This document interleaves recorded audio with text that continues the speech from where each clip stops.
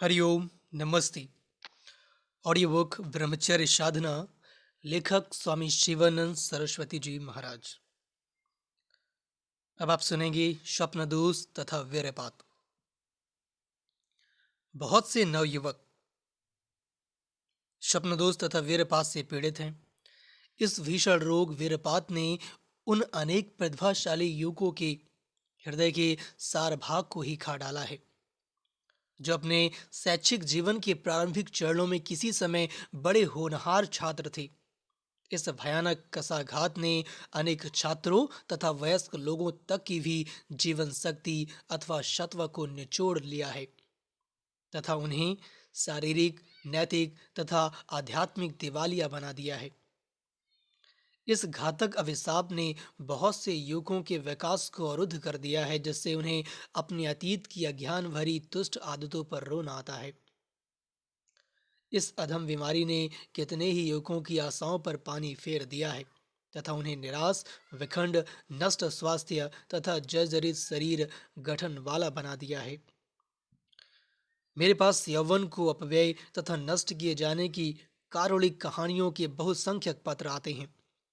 भारत तथा पश्चिम दोनों के ही ग्राम्य, निकम्मे तथा कामोद्दीपक साहित्य तथा अश्लील चलचित्रों की वृद्धि की दिशा में हाल में झुकाव ने विभ्रांत युवकों की विपत्ति को और भी बढ़ा दिया है। वीर शक्ति की क्षति उनके मन में महान भय उत्पन्न करती है। शरीर अशक्त बन जाता है, स्मृति क्षीण हो जाती है, मुख कुरूप हो जाता है तथा नवयुवक लज्जावश अपनी दशा को सुधार नहीं सकता है। किंतु निराशा का कोई कारण नहीं है। यदि उत्तरवर्ती पृष्ठों में दिए हुए सुझावों में से कुछ इने गिने सुझावों का भी पालन किया जाए तो उसकी जीवन के प्रति यथार्थ दृष्टि विकसित होगी तथा वह अनुशासित आध्यात्मिक जीवन यापन करेगा और अंत में परमानंद को प्राप्त करेगा। हरिओम। अब आप सुनेंगे दैहिकीय वीरपात तथा व्याधिकीय वीरपात में भेद। वीरपात अनैच्छिक वीरस्राव है। शुक्रपात, वीर्यपात, वीरस्खलन, स्वप्नदोष, रेतःक्षरण, निषेक ये सभी पर्यायवाची शब्द हैं। आयुर्वेद के वैद्य इसे शुक्र मेघ रोग कहते हैं। यह युवा अवस्था में कुटेवों के कारण होता है। गंभीर रोग की अवस्था में दिन के समय भी वीरपात होता है। रोगी के मूत्र उत्सर्जन काल में मूत्र के साथ वीर का स्राव भी होता है। यदि स्राव यदा कदा होता है तो आपको किंचित भी संत्रस्त होने की आवश्यकता नहीं है। यह शरीर में ताप अथवा वीर की थैलियों पर बोझिल आंतों अथवा मूत्राशय के दबाव के कारण हो सकता है। यह व्याधि नहीं है। वीरपात दो प्रकार का होता है, यथा दैहिकीय वीरपात तथा व्याधिकीय वीरपात। दैहिकीय वीरपात में आपको नई स्फूर्ति प्राप्त होगी। इस क्रिया से आपको भयभीत नहीं होना चाहिए। यदि वीरपात यदा कदा ही होता है तो आपको उस ओर ध्यान नहीं देना चाहिए। आपको इस विषय में चिंता नहीं करनी चाहिए। यह भी तंत्र का किंचित प्रधावन अथवा जिस पात्र में वीर संचित रहता है उसमें समय समय पर सामान्य उफान है। इस क्रिया के साथ दुर्विचार नहीं रहता है। व्यक्ति रात्रि में घटित इस क्रिया से अवगत नहीं रहता। इसके विपरीत व्याधिकीय वीरपात के साथ कामुक विचार होते हैं। उसके पश्चात उदासी आती है। उसमें चिड़चिड़ापन, अवसाद, आलस्य तथा कार्य करने और अनन्य मनस्कता में असमर्थता होती है। यदा कदा होने वाला वीरपात प्रभावहीन होता है, किंतु बारंबार होने वाला वीरपात उत्साहहीनता, दुर्बलता, अग्निमाद्य, उदासी, स्मृति लोप, पृष्ठ देश में दुस्सह पीड़ा, सिरोवेदना, नेत्रों में जलन, निद्रालुता तथा लघुशंका तथा वीर स्राव के समय दाह उत्पन्न करता है। वीर बहुत पतला हो जाता है। हरिओम। अब आप सुनेंगे कारण तथा परिणाम। स्वप्नदोष तथा वीरपात के कई कारण हो सकते हैं, यथा मल अवरोध, बोझिल उदर, उत्तेजक तथा वायुकारक भोजन, अशुद्ध विचार तथा अज्ञानतावश दीर्घकाल तक किया गया हस्तमैथुन। यदि धातु छीड़ता, वीरपात, कामुक स्वप्न तथा नैतिक जीवन के अन्य प्रभावों की उपयुक्त औषधियों द्वारा रोकथाम न की गई तो ये निश्चय ही व्यक्ति को दुखद जीवन की ओर ले जाएंगे। परंतु ये औषधियाँ स्थायी रोग मुक्ति नहीं ला सकती हैं। व्यक्ति जब तक औषधियों का सेवन करता है तब तक उसे अल्पकालिक राहत मिलती है। पश्चात डॉक्टर भी यह स्वीकार करते हैं कि ऐसी औषधियाँ स्थायी रोग मुक्ति नहीं दे सकती हैं। ज्यों ही औषधियों का सेवन बंद किया कि रोगी अपने रोग को अधिक बदतर दशा में अनुभव करता है। कुछ स्थितियों में औषधियों के सेवन से रोगी क्लीव बन जाता है।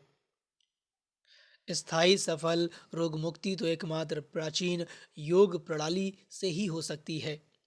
नास्ति योगात परम बलम, अर्थात योग से बढ़कर कोई बल नहीं है।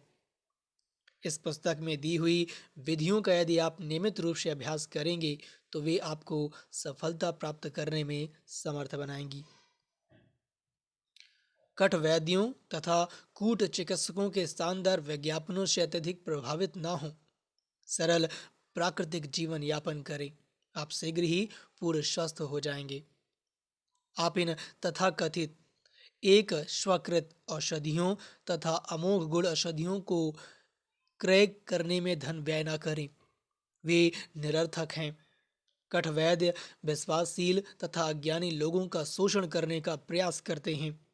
डॉक्टरों के पास न जाइए, अपना डॉक्टर स्वयं बनने की योग्यता प्राप्त करने का प्रयास कीजिए। प्राकृतिक नियमों, स्वास्थ्य विज्ञान तथा आरोग्य के सिद्धांतों को जानिए। स्वास्थ्य के नियमों का उल्लंघन ना कीजिए। हरिओम।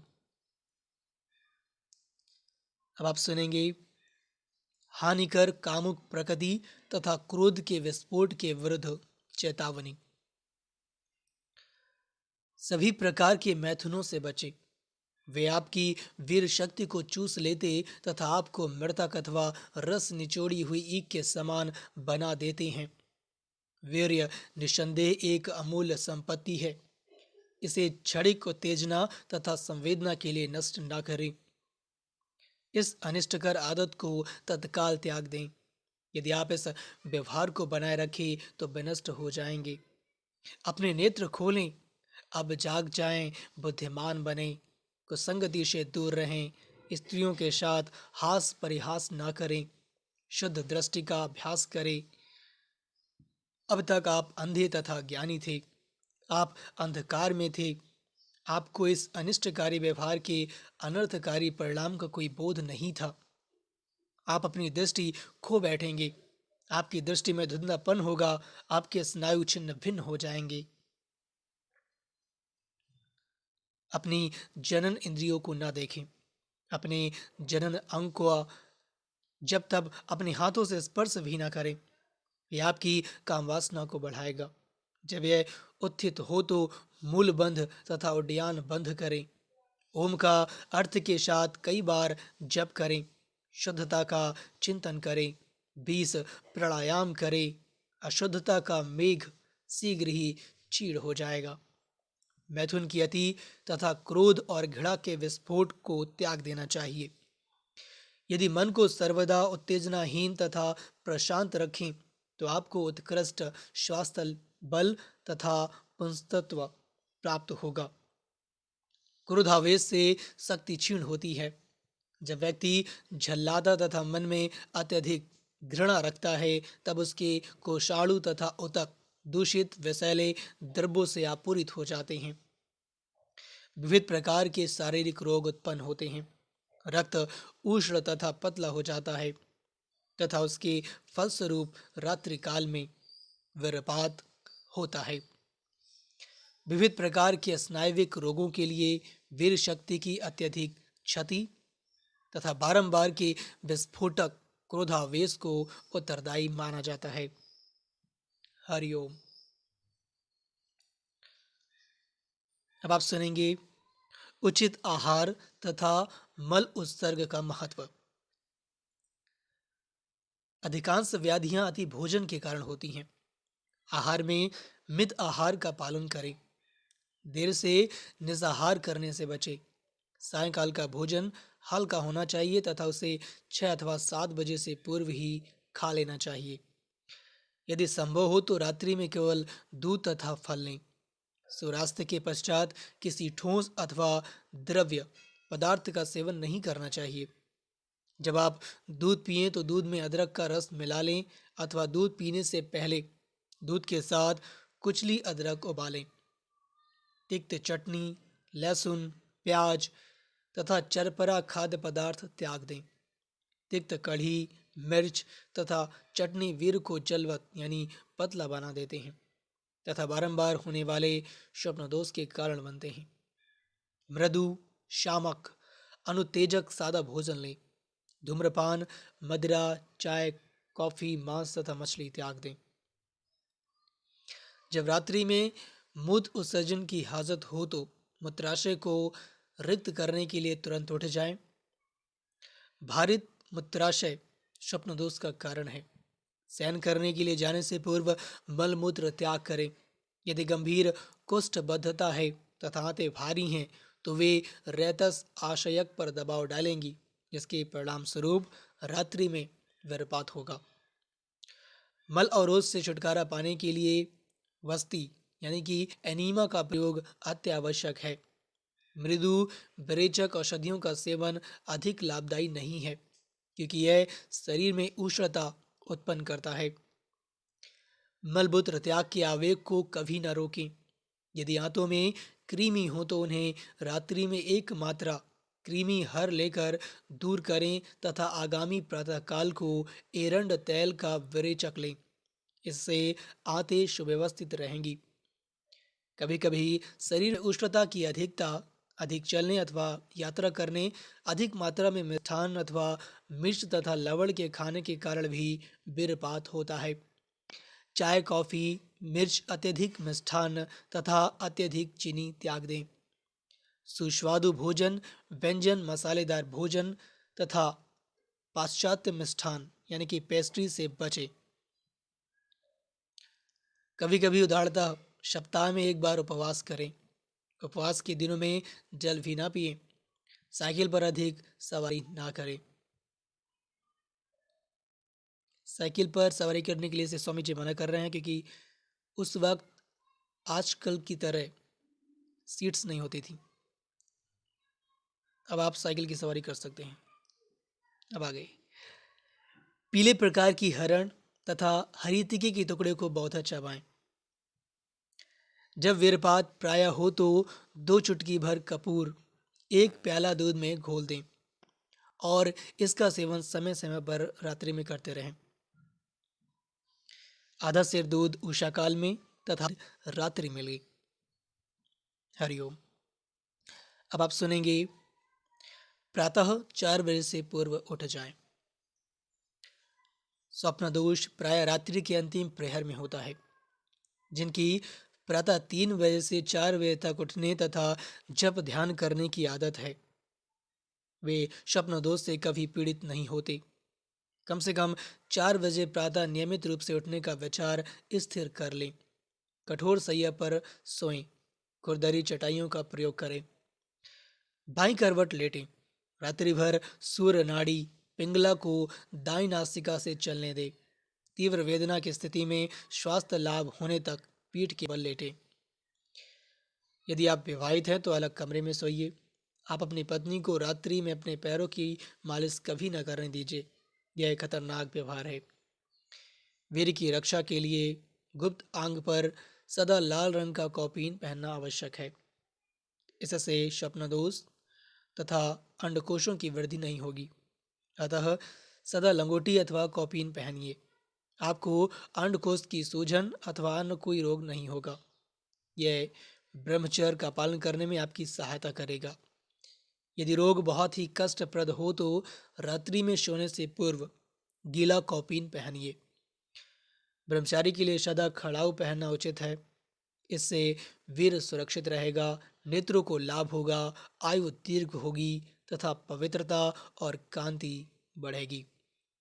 हरिओम। अब आप सुनेंगे भगवान नाम की सरलनें। प्रातःकाल सोकर उठते ही 1 या 2 घंटे तक जप तथा ध्यान की साधना करें। इसी प्रकार 10 बजे रात्रि में सोने से पूर्व इसे करें। यह महान शुद्धिकारक है। यह मन तथा स्नायुओं को शक्तिशाली बनाएगा। यह सर्वोत्कृष्ट उपचार है। इस मंत्र को दोहराएं। पुनर्माम एतु इंद्रियम, अर्थात मेरी खोई हुई शक्ति पुनः लौट आए। प्रातःकाल सूर्योदय से पूर्व सूर्य से प्रार्थना करें। हे भगवान सूर्य नारायण, आप संसार के नेत्र हैं। आप विराट पुरुष के नेत्र हैं। मुझे स्वास्थ्य, बल, तेज तथा जीवन शक्ति प्रदान करें। प्रातःकाल सूर्य नमस्कार करें। सूर्योदय के समय सूर्य के 12 नामों को दोहराएं। मित्राय नमः, रववे नमः, सूर्याय नमः, भानवे नमः, खगाय नमः, पूषणे नमः, हिरण्यगर्भाय नमः, मरीचय नमः, सवित्रे नमः, आदित्याय नमः, भास्कराय नमः, अर्काय नमः। सूर्य की हार्दिकता का आनंद लें। हरिओम।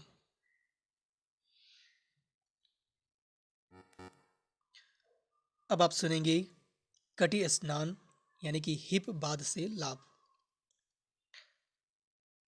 एक जलपूर्ण कंडाल यानी कि टब में बैठकर तथा पैरों को कंडाल से बाहर रखकर ठंडा कटे स्नान करें।